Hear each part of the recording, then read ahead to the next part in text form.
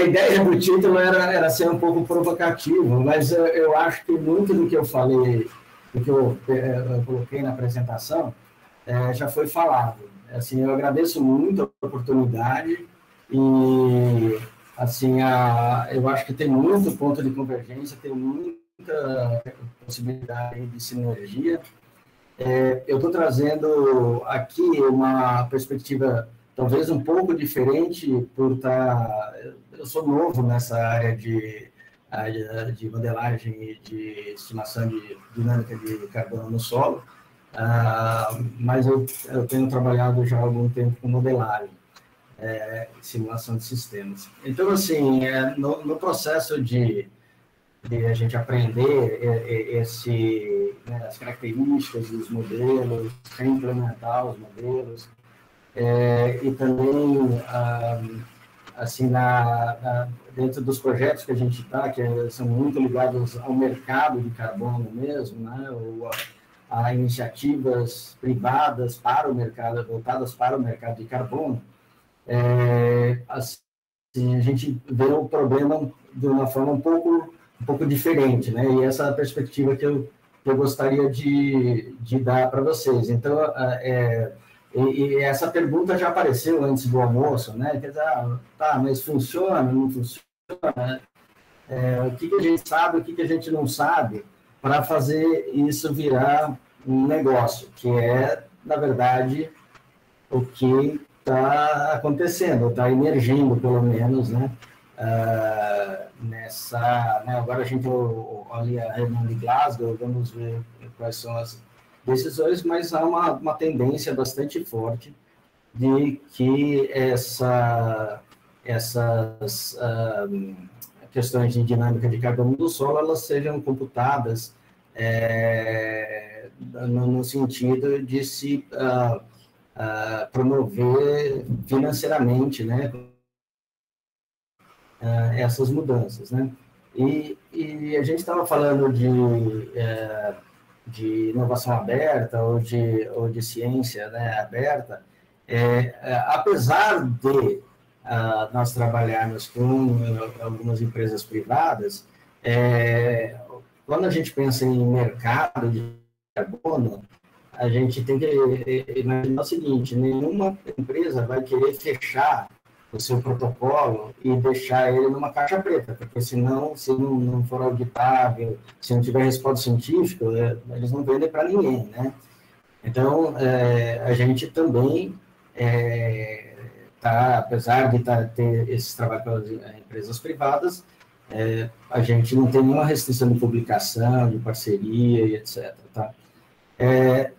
Então, o que eu queria começar dizendo, um pouco provocativo, mas eu vejo que a percepção geral ela é convergente com a que eu tenho, né?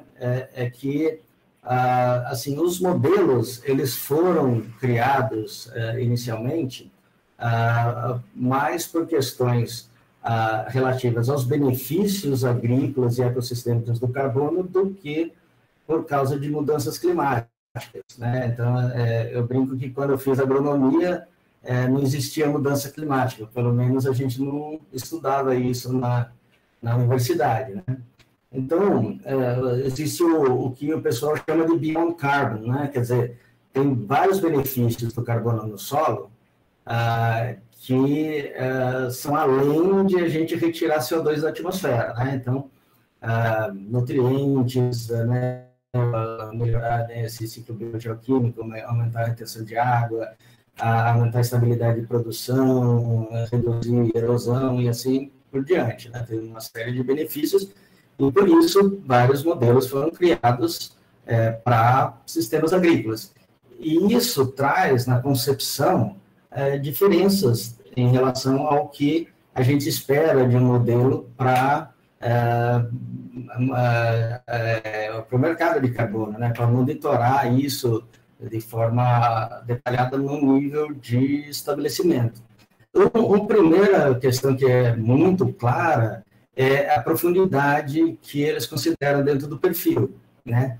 Então, você vê que a maioria dos modelos seminais, né, como o Sentry, ROT-C, Aí eles falam, a camada é 20 centímetros, 23 centímetros, assim, o IPCC mesmo, né, sendo uma questão de clima, uma questão climática, eles põem 30 centímetros, talvez um pouco por causa das diferenças de solos, né, um pouco mais eurocêntrico o pensamento, então, acaba que a gente,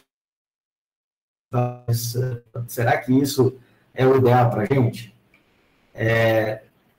E para o clima, para o mercado de carbono, né, para quem está pensando em clima, o que interessa é tirar CO2 da atmosfera, tá? Do ponto de vista de, lógico, a gente tem emissões de óxido nitroso, tem de metano, a gente tem com insumos, etc., mas do ponto de vista de matéria orgânica do solo mesmo, o principal componente, né, que a gente está olhando é você retirar CO2 através da fotossíntese e fixar isso no solo, né?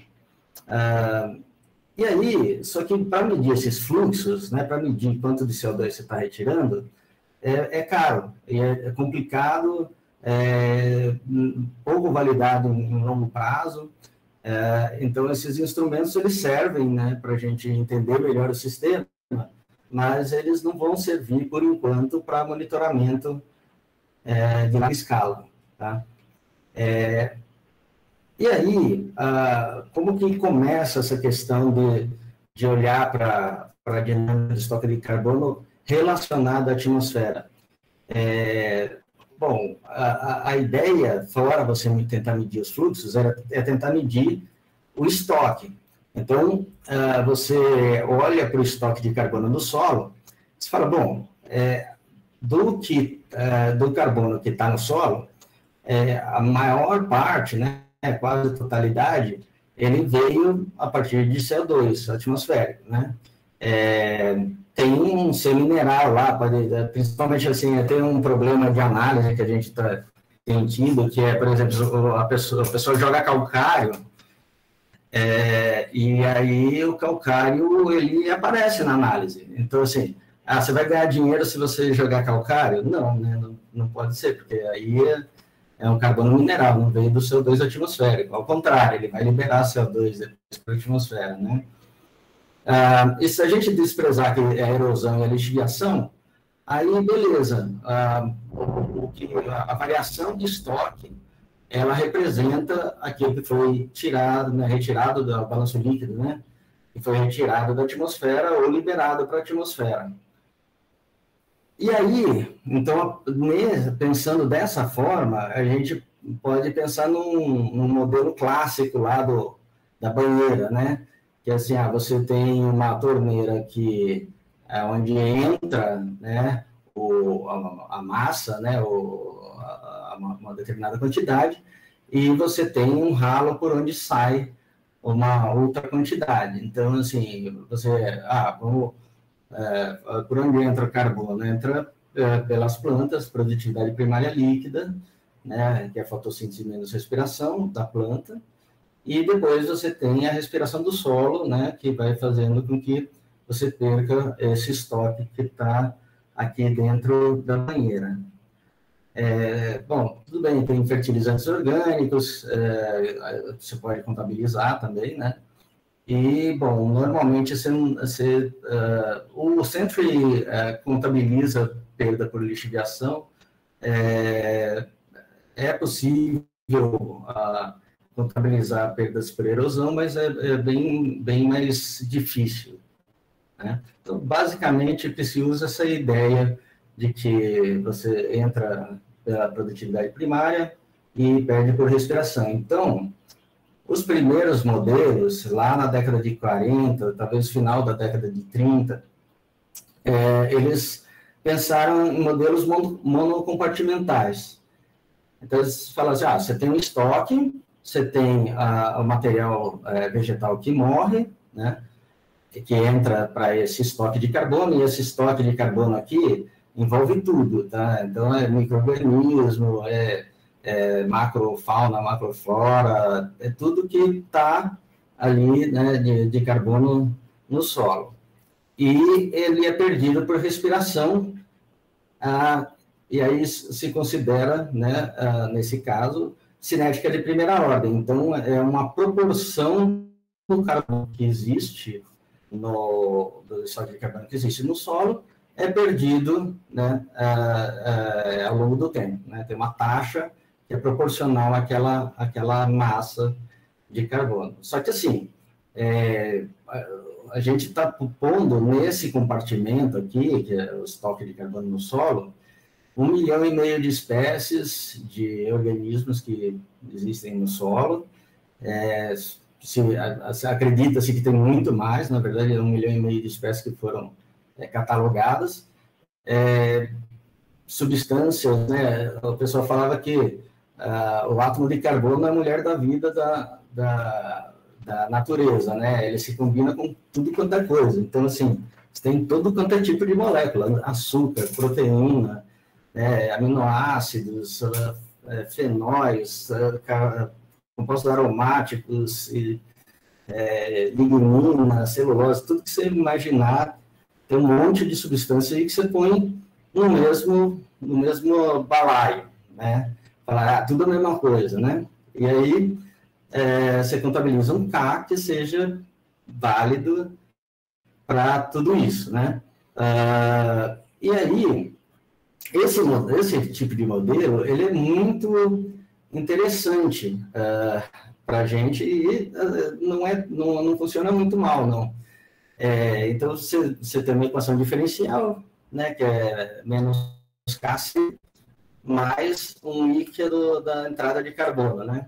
Ele permite você manipular bem facilmente, né, da matemática. Então, você pode, o carbono, quanto que é o carbono de equilíbrio desse sistema, né? Até onde vai acumular carbono ou perder carbono, até que ele equilibre o input de carbono com a perda de carbono. Então, o C de equilíbrio, que é esse C estrela aqui, ele é o I dividido por K.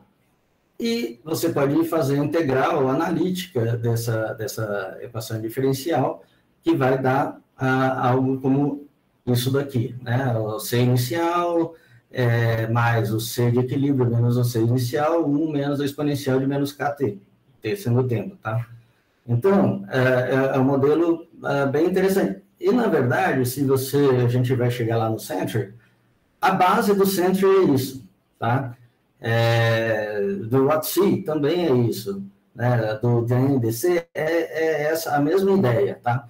Alguns modelos mais recentes, eles têm contabilizado limitação enzimática, né? Daí, ao invés de fazer essa cinética de primeira ordem, que gera um modelo linear, eles fazem usa a equação de Michaelis-Menten, né, de uso de substrato. Mas, no fim das contas, não se tem muita confiança ainda de que esses novos modelos, no longo prazo, em intervalos curtos de tempo, né, esses modelos parecem funcionar melhor. Na dinâmica de médio e longo prazo, ainda se tem bastante dúvida se eles acrescentam muita coisa, né, nos modelos que existem. Mas aí, então, é aquilo que a gente estava falando. A gente fala da nossa banheira, né? Mas quão profunda é a nossa banheira? Se a gente falar que a nossa banheira, aqui no solo, né, ele tem 20, 30 centímetros, lógico que tem fluxo de carbono para baixo. E você vai estar despesando. O seu interesse é falar quanto de carbono que está saindo da atmosfera ou voltando para a atmosfera, e você vai limitar aquilo que você está medindo, né? E normalmente você está medindo 20, 30 centímetros, agora está ficando mais comum e um pouco mais profundo, né? Mas o problema maior é o seguinte: o custo da medição, ele aumenta com a profundidade, né? Ele aumenta bastante quando você fala assim, não, vou fazer a 1 metro, tá? Então você fala para o produtor lá que você vai cavar N trincheiras de 1 metro na área de produção dele, né? Tudo mecanizado, etc. E você vai cavar um monte de trincheira para poder medir a densidade do solo, etc.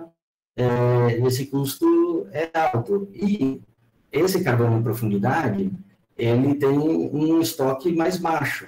e é uma variação menor também. Então, você tem um custo mais elevado, tá certo, para medir em profundidade, e você tem um retorno, se você estiver falando de mercado de carbono, menor, né? Além disso, quando você fala assim, não vou medir tudo, vou medir uma parte, vou medir até uma determinada profundidade. Aí a gente tem um problema que é o seguinte, então existe carbono abaixo de onde você está medindo. Então, se você vai lá com uma sonda e houve compactação ou descompactação daquela camada que você está medindo, no caso de haver compactação, você vai passar a medir uma camada que você não media antes. Você não sabe qual que é o teor de carbono daquela camada, tá certo? Ou você vai medir parte da camada, você não vai medir toda a camada.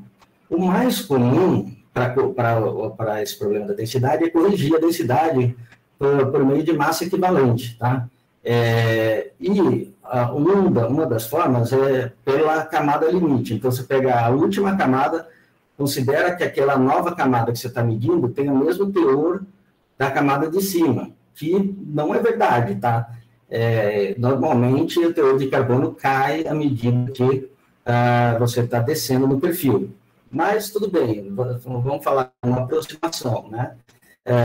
Uma outra forma, se você tiver medindo camadas abaixo daquela que você quer contabilizar o estoque, você pode fazer tipo uma interpolação, ou pode fazer uma regressão, ou pode fazer uma interpolação por spline cúbica, por exemplo, né? E aí a gente ainda tem mais métodos, mas nós comparamos esses dois métodos com dados de um projeto da Bayer, que é o Carbono Mais, tem agora o Carbono Pro também. O Carbono Mais tem 53 propriedades, que a gente mede, fazemos 4 trincheiras de 1 metro, 10 mini trincheiras de 40 centímetros e 10 tradagens próximas a essas trincheiras também. E a gente está trabalhando com manejo tradicional, manejo melhorado, e também a gente tem as medidas de trincheira na vegetação natural. Essas trincheiras são de 1 metro de profundidade, né? A gente mede a densidade com a amostra deformada, e a gente utiliza 3 métodos de determinação da concentração de carbono. A gente usa, né, a combustão seca, né, CHN, que é o método de referência, e a gente usa NIR e LIPS, né, que é o método do laser, e a gente usa também LIFS, que é para a gente saber ter uma ideia de quão estável está esse carbono, tá? Aqui, só para... Então, a gente pegou essas áreas, só para mostrar para vocês, assim, se a gente compara um método com o outro, beleza, se a densidade aqui está a vegetação nativa contra a cultura, né? Então, quando a vegetação nativa ela tem uma densidade menor do que a cultura, o que acontece? A sonda ela entra na camada que você já mediu, você não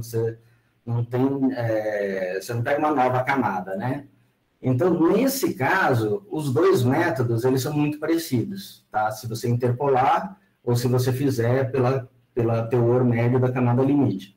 Agora, se você tem a outra situação, que você está pegando uma nova camada, ele pode ter desvios, né, um viés bem considerável. Então, assim, já é uma fonte de incerteza bastante grande. Tá? Fora que, nesse projeto, nós fazíamos densidade com 2 empresas que resolveram fazer a densidade. Tinha uma que a Bayer realmente quis fazer, e tinha uma outra empresa que fazia a LIPS, que ela quis fazer por ela mesma. E a gente teve acesso aos 2 conjuntos de dados. E não é estatisticamente diferente, quer dizer, ele rejeita a hipótese de identidade. Então, assim, a forma como você bate esse anel, da forma como, né, você limpa o anel da superfície, afeta. Então, assim, aqui só no gráfico da direita, só para mostrar mais ou menos 2/3 das amostras, elas têm um desvio menor do que 0,1 tonelada, se não me engano. Agora não me lembro mais o threshold que eu coloquei, mas é mais ou menos isso. 2/3 ele bate. E assim, dá para notar que ele é viesado, né? Ele tem uma cauda longa aqui. Então, assim, outro 1/3, ele não bate. Por causa... Isso aí não por causa da incerteza do método de densidade, é porque do método de correção, tá? Então, tem duas incertezas aí. Isso por quê? Porque a gente falou assim, vou medir até uma determinada profundidade, né? Então, eu tenho que corrigir a densidade, senão eu começo a pegar uma outra camada e considerar o carbono dessa camada, e, na verdade, esse carbono não existia na primeira, então eu vou sequestrar carbono só, então eu passo um rolo compressor em cima do solo e começo a sequestrar carbono, porque eu vou pegar minha sonda vai chegar mais profundo, né? Então, essas são algumas incertezas. E a gente tem também, quando a gente olha para a variabilidade no horizonte, né, do solo, a gente percebe assim, tem uma variação muito grande de concentração, tem uma variação grande de índice de umificação, ou seja, as camadas mais profundas são mais umificadas, o que complica a gente, por exemplo, o Sentry, ele trabalha, né, o Sentry original, ele trabalha com uma camada. Quando a gente começa se a gente quiser fazer isso para várias camadas, a gente não sabe exatamente os valores dos parâmetros. Tem que ser uma recalibração, porque ninguém garante que aquele parâmetro que para profundidade de 0 a 20, ele vai funcionar de 80 a 100. E a gente não dá para simular tudo como sendo uma coisa só. Outras questões, né? Varia teor de argila, varia pH em profundidade, então tem uma série de questões aí que para a modelagem é importante. Bom, quando a gente chega para os modelos, eu falei lá em cima, né, daquele que a gente põe tudo num pacote só, né, que é o modelo de um compartimento, agora a gente pode pensar em modelos compartimentais, que é o que normalmente a gente usa, né? Sentry, DMDC, DaySen, ROTC, todos eles são assim. A ideia geral desses modelos é a seguinte: você tem um estoque de carbono e você subdivide ele em estoques mais rápidos, que tem decomposição mais rápida, e estoques mais lentos. E você, eventualmente, também separa o que é um compartimento ativo, né? Quer dizer, o carbono que está nos organismos que vivem lá no solo. E aí, o que você faz? Você particiona agora a sua decomposição para micro-organismos. Lógico, os micro-organismos estão se alimentando daquele carbono, né? Eles usam para gerar energia e massa para eles mesmos, né? E você joga para um compartimento mais lento, porque o que acontece? Quando eles atacam os materiais que são mais fáceis de decompor. Então, o que sobra é um material mais difícil de decompor. Eu até brinco com o pessoal que são as fezes dos micro-organismos, né? Não é verdade, mas só para pensar que é alguma coisa que não foi digerida no primeiro momento. E vai gerar CO2. Então, todos os modelos, eles vão usar essa lógica. Tem a decomposição, vai gerar micro-organismo, vai gerar um compartimento mais lento e vai gerar CO2. Obviamente que quando você chega no último compartimento, não tem mais um mais lento para passar esse material e tal, mas a ideia dos multicompartimentais é basicamente essa. Então, se a gente olhar com detalhe, né, lógico, se você está decompondo material microbiano, você pode... O ROTC, ele explicita isso, tá? Mas o Sentry, ele só subtrai, ele fala assim, de microbiano para microbiano, eu nem ponho a seta, né? Ele vai ficar no mesmo lugar. No caso do ROT-C, ele explicita isso, né? Mas um número menor de compartimentos, no caso do ROT-C. Mas quando todos esses modelos, eles precisam da produtividade primária, né? E aí, só antes disso, a maioria desses modelos, eles são implementados como equações de diferença, eventualmente equações diferenciais, tá? O Sentry é implementado como equações de diferença. E o ROT-C, pelo menos pelo manual, o Sentry a gente recodificou, né? Tem um código igual ao Fortran, só que em R. O ROT-C, eu não tenho certeza na implementação, porque eu não vi o código, se é implementado como equação de diferença ou diferencial. Eu acredito que seja equações de diferença também, tá? Mas você pode tratar ele como um sistema linear de equação de um sistema linear diferencial, né? Então, na verdade, esse daqui é a formulação do ROT-C. O Abreu, né, o Tomás Abreu, ele é um aluno da matemática, que trabalhou com a gente no mestrado dele, né? Ele publicou a dissertação, ainda não publicou os artigos, mas, basicamente, essa matriz teta aqui, ela fala da partição, como se particiona a decomposição entre os compartimentos, né? Quer dizer, de onde ele vem para onde ele vai. O K seria aquelas constantes intrínsecas de decomposição, o K estrela aqui é para falar, olha, eu já estou considerando aqui os modificadores de taxa de decomposição, tipo chuva, teor de argila, o que quer que seja que esteja lá, né, afetando isso. E aqui são os compartimentos, né? E aqui, essa vetor B é um vetor de entradas, né? Quanto que está entrando de material em cada compartimento a partir da decomposição da planta. E aqui é para o Sentry, exatamente a mesma formulação. Então, matematicamente, do ponto de vista estrutural, eles são idênticos. Eles representam os processos diferentes, mas a solução deles, matemática, a estrutura matemática deles é idêntica, tá? E aí, o legal de você conseguir colocar nessa forma matemática é que aí você fica fácil. Você lembra que, assim, para calcular o carbono de equilíbrio, a gente fala assim, precisa rodar 5.000 anos, precisa rodar, né, até que os compartimentos entrem em equilíbrio.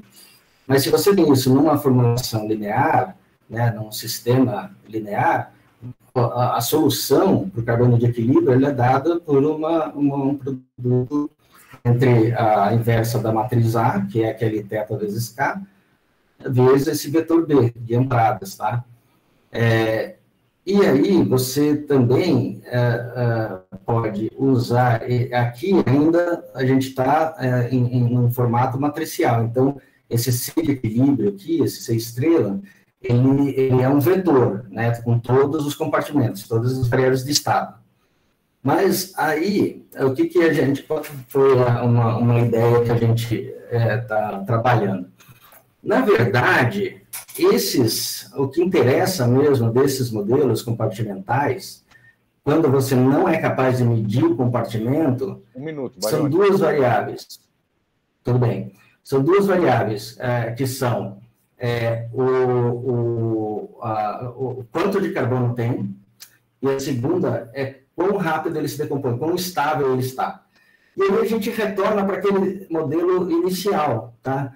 Só que aqui a gente, ao invés de ter um K, vamos colocar um ρ de T. Então, esse daqui, que é um parâmetro, que é uma constante intrínseca de decomposição, a gente pode falar, não, depende como que esse carbono está. Então, vamos lá. A gente pegou e calculou, por causa daquele sistema que a gente fez, qual que é o valor de ρ de T, tá? Então, aqui está o ROA, a hora que ele estabiliza, tá? E aqui tem o ROA, a variação do ROA ao longo do tempo. E aí a gente põe para rodar. Então, esse daqui é o Century, tá? No vermelho, o metamodelo no preto, só que aqui parece que tem diferença, mas aqui é o intervalo, tá? Que foi colocado. E aqui as diferenças nunca chegou a menos, nunca chegou a 0,1% de diferença, praticamente idêntico. Tem um outro problema que é a partição do C. A gente fala, tá, quanto que tem tanto do carbono que entra da produtividade primária, que fica acima do solo e quanto que fica abaixo do solo. Porque o acima do solo é mais fácil você medir, estimar e tal. Agora, abaixo do solo é muito complicado. E, além de tudo, tem exudado da raiz, não basta você medir a massa radicular. É bastante complicado você medir isso de forma direta.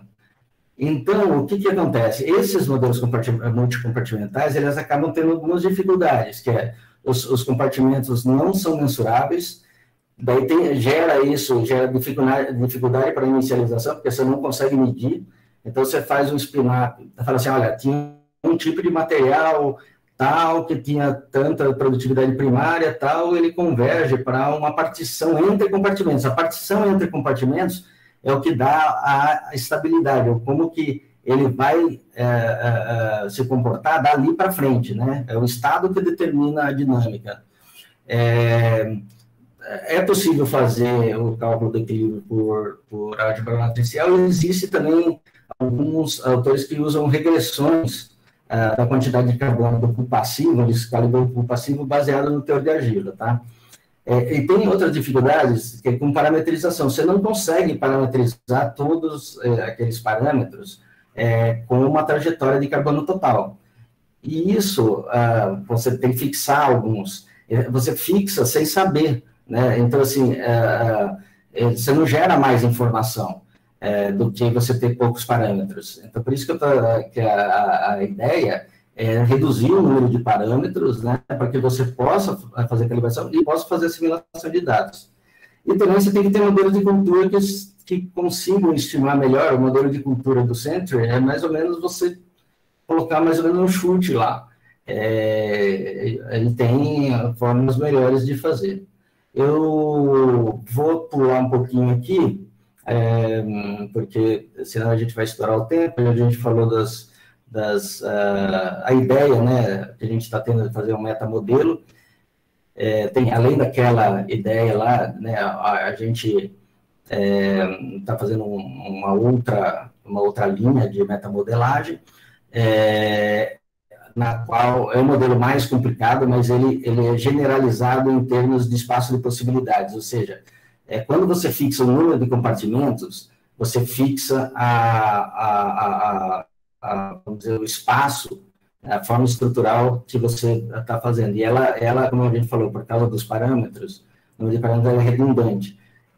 Você pode fazer isso generalizando num esquema de compartimento contínuo.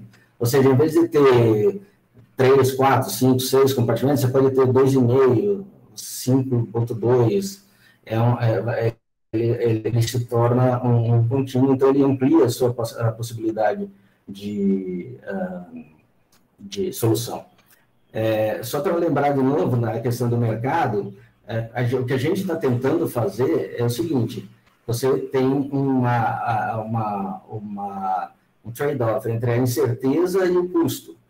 Você tem uma incerteza que o mercado, ou qualquer instituição, né, que a gente for gerar essas estimativas, seja o governo, seja o NFCCC e tal, você tem uma região factível, que tem associada um custo e uma incerteza. Então, o que a gente tenta fazer com os modelos, usando modelos e dados, né, fusão de modelos e dados, é trazer esses métodos para a gente conseguir estar nessa região factível, porque daí você, com uma quantidade de recurso financeiro, você consegue incentivar que as pessoas mudem de comportamento. Bom, isso daqui acho que até aquele comentário do Galdus, né? Isso daqui, o modelo é parte, ele é uma parte central, porque ele direciona como você usa dados e como você faz desenvolvimento científico e experimentos e tal para alimentar todo o sistema, mas ele é parte de todo um processo.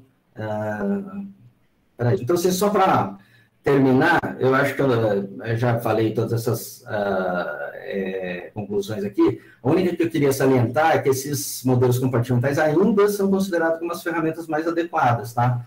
Então, a gente está usando, tá? A gente está usando o Sentry, porque eles são muito mais utilizados, eles são mais validados, então, assim, são reconhecidos. Mas eu acho que a gente tem que partir para a próxima geração de modelos. Então, entre esses desafios, seria gerar calibrações, né, para dinâmica em profundidade. Modelos deveriam ser integrados a novos métodos para a estabilidade do solo. Se eu soubesse estabilidade, eu saberia qual o estado do sistema que eu estava saindo. Se não, eu tenho que chutar, eu tenho que fazer uma regressão, eu tenho que fazer um spin-up, tal, que é o melhor que eu posso fazer, né? Esse a gente comentou, eu acho que o Fernando Fernandes até colocou, os modificadores de decomposição. A gente não sabe, o Fernando mostrou lá uma alteração de um dos parâmetros, né, dos modificadores lá de decomposição, que, né, fazem com que melhore, mas a gente precisa estudar melhor. Nossos solos oxídicos, pode ser que a função de resposta à argila seja bastante diferente, né? E a gente precisa acoplar com modelos de cultura que sejam melhores para o Brasil, né? Então, assim, e para o futuro, eu acredito assim, que a gente vai aplicar muito mais fusão de modelos dados para esse tipo de questão, né? Então, assim, o dado vai corrigir o modelo à medida que, online, né? À medida que ele vai chegando. E mais técnicas de inteligência computacional. E a viabilidade desse sistema todo, né, da agricultura, poder ser parte desse mercado de carbono, depende dessa redução de custo e automação, né, que nem a gente estava falando, precisa usar imagem de satélite, base de dados georreferenciados. Então, vocês, na iniciativa, né, de vocês, estão fazendo, né, então isso aqui não é novidade para ninguém. E a gente precisa também de estudos de valor da informação para a gente considerar custo e valor da informação de forma que a gente consiga montar protocolos que considerem profundidade da amostra, frequência, etc., de forma que a gente gere um protocolo viável, né? Não adianta a gente falar, eu quero um protocolo experimental que seja tal. Bom, tá, então esquece o mercado de carbono, porque a agricultura nunca vai entrar nisso. Então, a gente precisa ver qual que é a nossa possibilidade de viabilizar. Então, é isso que eu queria dizer. Desculpa eu passar do tempo, Alex.